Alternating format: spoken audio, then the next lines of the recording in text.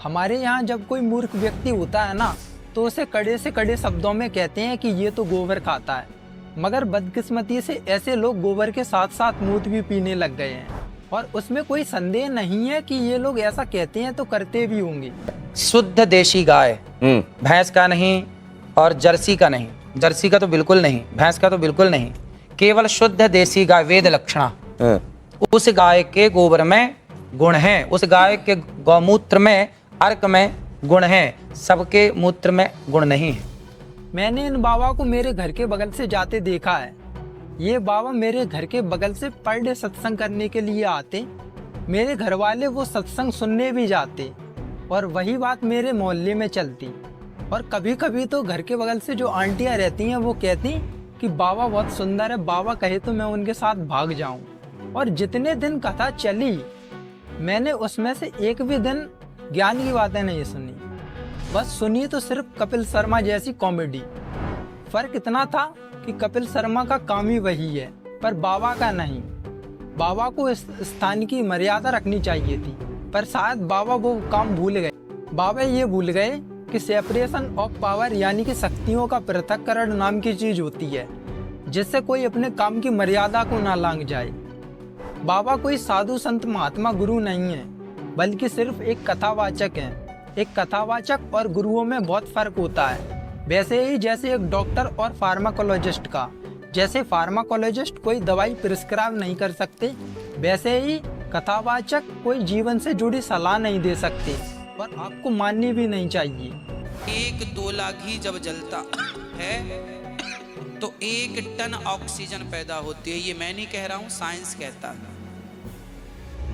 अब यही बात अपने बच्चों के स्कूलों में जाके उनके टीचर से पूछिए।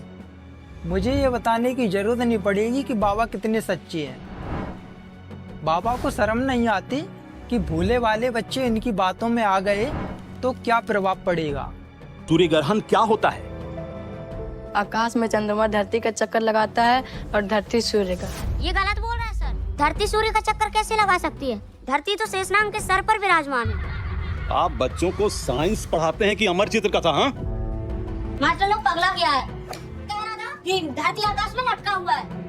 ये देख, चक्कर तो नीचे गिर गई ना, ये तो नहीं लटका रहा आकाश में। वो जो आज बड़का अफसर आया था ना, वो तो पूरा पागल था। मैं बाबा से एक बात कहना चाहूँगा कि करता था सो क्यों किया, अब कर क्यों पछताए, बोया पेड़ बबूल का तो आम कहाँ से खाए।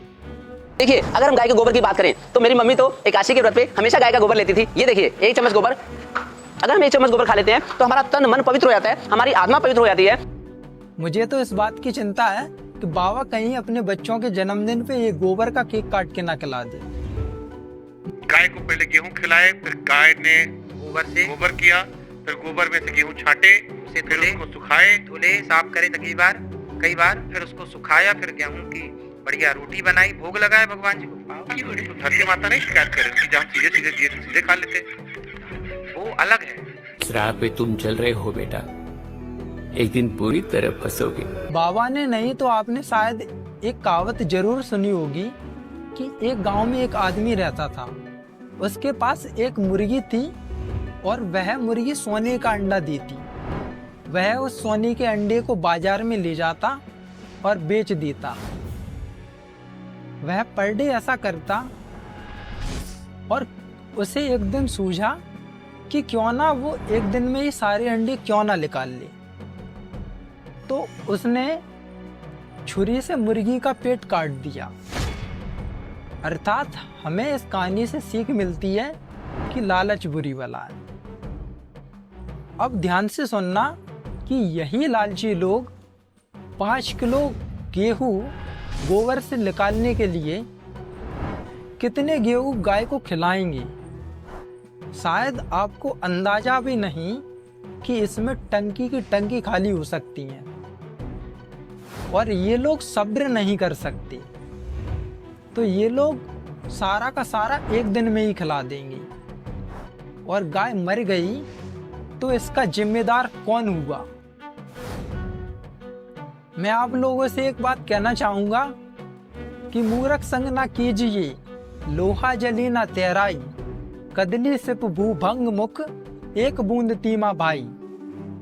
पर नारी पैनी छुरी तीन तरफ से खाए, धन हरे यौवन हरे और घोर नरक ले जाए। भलाई नारी से बच के रहना चाहिए कुल मिला के। आप लोगों ने इस पे ताली तो बजा ली, अब जरा ये भी सुनिए। या देवी सर्वभूतेषु शक्ति रूपेण संस्था, नमस्तस्यै नमस्तस्यै नमस्तस्यै नमो नमः।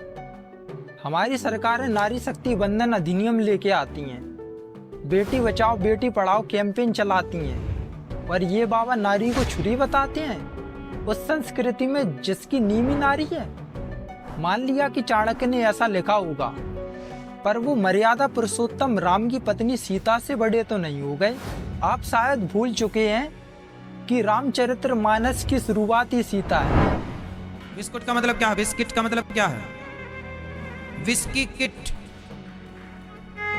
विष मतलब जहर की किट। बाबा को शायद इस बिस्कुट का मतलब नहीं पता, और पता भी कैसे हो।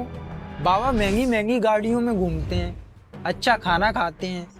इस बिस्कुट का मतलब वही समझ सकता है जो सुबह 4 बजे घर से निकलता है काम ढूंढने के लिए, जो ट्रेन स्टेशन पे बैठ के ट्रेन का इंतजार करता है, जो भूख लगने पर इस बिस्कुट को खाना बना लेता है।